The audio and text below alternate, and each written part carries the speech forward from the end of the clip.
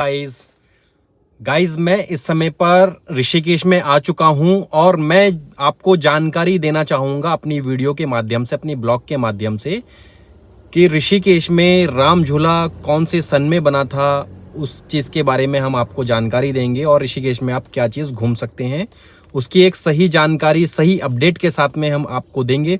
तो आप लोग वीडियो को बिल्कुल भी स्किप ना करें और वीडियो को पूरी देखें। तो चलिए दोस्तों, वीडियो को करते हैं स्टार्ट। एक होता है यात्रा, एक होता है यात्रा। समझ रहे हो ना। यात्रा मतलब होता है अपने घूमे फिरे, अपने घर में हप्पी पहुंच गए, उसको यात्रा बोला जाता है। यात्रा मतलब होता है जा रहे तो वापस आने कोई संभावना नहीं। बद्रीनाथ का है, केदारनाथ का है, मालूम नहीं। इस कारण से लोग यहाँ से जाते थे लेकिन वापस नहीं आते थे। तो उसी कारण से यहाँ पे ये सामने मंदिर बनाया गया, बद्रीनाथ। आद बद्री बोलते हैं, प्राचीन कालों का मंदिर है, बद्रीनाथ का मंदिर है। सेकंड, शत्रुंजय जी ने तपस्या करा था। यहाँ पे चारों भाई का मोक्ष का स्थल है। यहाँ से 3 किलोमीटर नीचे त्रिवेणी घाट है, वहां पे भरत जी ने तपस्या करा था, मोक्ष मिल गया था। यहाँ पे शत्रुंजय जी ने तपस्या करा। 2 किलोमीटर आगे लक्ष्मण जी ने तपस्या करा था। 70 किलोमीटर ऊपर जाएगा देवप्रयाग है, अलकनंदा भगीरथी का संगम है, भगवान राम का तपोभूमि है। ये चारों भाई का मोक्ष का स्थल है। पहले लक्ष्मण झूले पे रस्सी का झूला चलता था, 92 में टूट गया। एक लकड़ी का ब्रिज बनाया गया, लकड़ी ब्रिज ज्यादा हिलता था, उसी झूला को झूला बोलते थे। लेकिन 1924 में वो भी ब्रिज टूट गया था। उसके बाद क्रॉस करने का कोई साधन नहीं बचा। तो कलकत्ता के 2 सेठ आए, सूरजमल और नगरमल, अपने मदर और फादर को वॉकिंग बद्रीनाथ जा रहे थे। यात्रा उनका सफल नहीं हुआ, इसलिए उन्होंने ब्रिटिश गवर्नमेंट को बोला कि आप एक झूला बनाइए। उन्होंने बोला मैं झूला बना दूंगा लेकिन मेरे को डोनेशन चाहिए। अरे कहना क्या चाहते हो? उन्होंने डोनेशन देने के लिए तैयार हूँ। 1927 में ब्रिज का निर्माण हुआ, 1930 में कंप्लीट हुआ। ब्रिटिश गवर्नमेंट ने 2.5 लाख चांदी का सिक्का लिया था, उसमें 2.5 लाख चांदी का सिक्का डोनेशन दिया कलकत्ता का सेठ ने, सूरजमल और नागरमल ने। इसलिए उसको लक्ष्मण झूले के नाम से प्रसिद्ध कर दिया। वहीं से 216 किलोमीटर में वॉकिंग करने लगे लोग। बद्रीनाथ का पैदल मार्ग में जो नहीं जाता था वो इधर आता था। आने और जाने में 5 किलोमीटर का रनिंग होने लगा। टूरिस्ट को परेशानी होने लगी। तो इधर स्वामी शिवानंद आश्रम है, उनके शिष्य ने 51 लाख रुपए इंडियन गवर्नमेंट को दिया। 1 करोड़ 2 लाख रुपए में ये झूला बनाएगा। इस झूले का रियल नाम है स्वामी शिवानंद झूला, लेकिन लक्ष्मण झूला बोलने के कारण इसका लेंथ बड़ा हो गया, इसलिए इसको राम झूला और उसको लक्ष्मण झूला बोला जाता है। यहाँ पे 3 जगह का सबसे अलग नाम दिया गया। जैसे हरि का द्वार भगवान विष्णु का द्वार है, लेकिन वो माया नगरी है, मायापुरी के नाम से जाना जाता है। देहरादून का नाम देहरादून नहीं है, द्रोण नगरी है, द्रोणाचार्य जी का आश्रम है। ऋषिकेश योग नगरी है, ऋषि मुनियों का सबसे बड़ा तपोभूमि है। ऋषि मुनि लोग ध्यान करते थे, शरीर पूरा हट जाता था, मिलता नहीं था। ये केस कभी गलता नहीं, उस केस के नाम से ऋषिकेश नाम दिया। वैसे ही भगवान विष्णु का नाम हरि केश के नाम से जाना जाता है।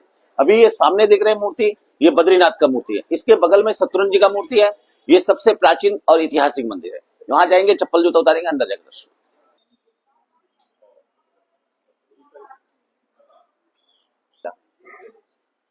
हिंदू धर्म में स्फटिक सबसे महत्व माना गया है।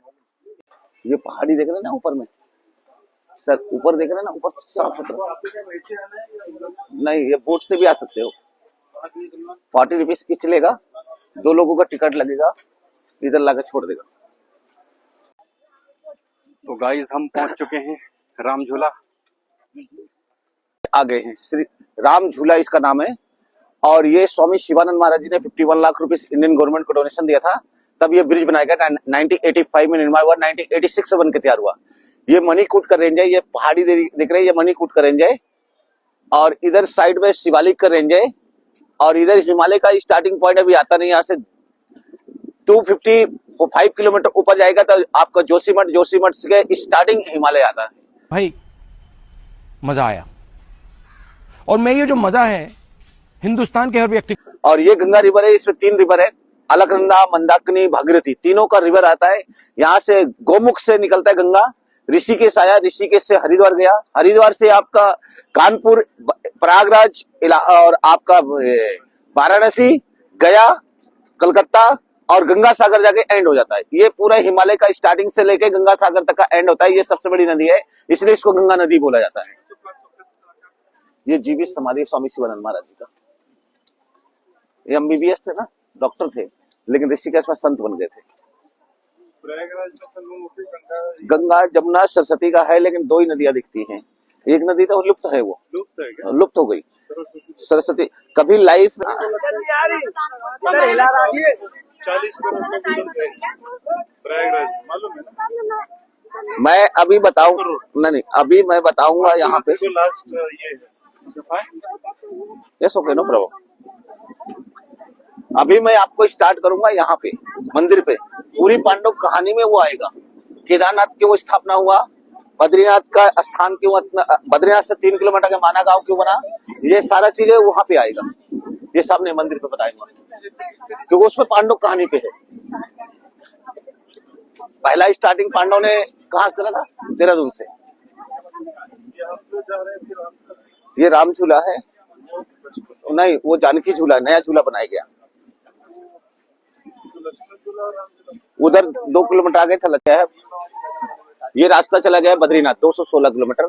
यहाँ से पहले पैदल जाने का रास्ता होता था, और आज के टाइम में क्या है, पैदल का मार्ग में रोड बन गया है। पहले का पैदल का मार्ग रोड नहीं था, इसलिए इस जगह से लेके बद्रीनाथ तक का 216 किलोमीटर पैदल जाना पड़ता था।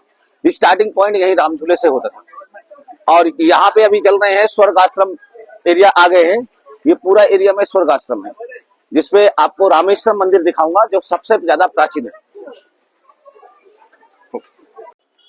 आप इस समय स्वर्ग द्वार में आ गए हो। इस जगह का नाम है स्वर्ग द्वार। 5 पांडव ने स्वर्ग जाने के लिए श्री कृष्ण भगवान से पूछा कि हमें स्वर्ग चाहिए। उन्होंने बोला इतना पाप करने के बाद स्वर्ग नहीं मिलेगा, गौ हत्या, ब्रह्म हत्या, ब्राह्मण हत्या, सारा पाप लगा हुआ है। मोक्ष चाहिए तो हिमालय का आखिरी चोटी है स्वर्गवर्णी माउंटेन, वहां पे पहुंचने वाले को स्वर्ग मिल जाएगा। पांचों भाई जब इधर आए तो देहरादून के साइड में चले गए थे। पहले देहरादून से होते हुए सीधा लक्ष्मण झूले के पास पहुंचे तो वहां पे पांडव कुआं है, वहां पे विश्राम स्थल बनाए। उसके बाद जब पांडव को पता चला समुद्र मंथन में 14 निकला, शिव जी ने विस्फान करके कंठ रखा। इधर माउंटेन बोलते हैं मणिकूट, इसके नीचे नीलकंठ महादेव है। शिव जी साक्षात विश्राम करके हम पांचों भाई जाएगा स्वर्ग दे देंगे, नारा लगाए चल दिए स्वर्ग दीजिए स्वर्ग दीजिए। शिव जी ने कंठ के माफिक लिंग छोड़ा, यहाँ से सीधा केदार घाटी में पहुंच गए। केदार घाटी पहुंचने के बाद शिव जी सोचे कहां तक का भागूंगा, ऐसे इनको स्वर्ग मिल जाएगा, क्यों ना अपना शरीर चेंज कर दूंगा तो अनेक पांडव आ रहे हैं, हमें स्वर्ग देने वाला नहीं उनको, और उनको पता भी नहीं चलेगा कि मैं कहाँ हूँ। जब वो पांडव पहुंचते दिखते हैं तो आपस से पांचों भाई सोचने लगते हैं। उससे पहले शिव जी अपने नंदी के रूप में आ जाते हैं, लाखों के तादाद में नंदी पैदा करते हैं, एक रूप में उसी में घुस जाते हैं।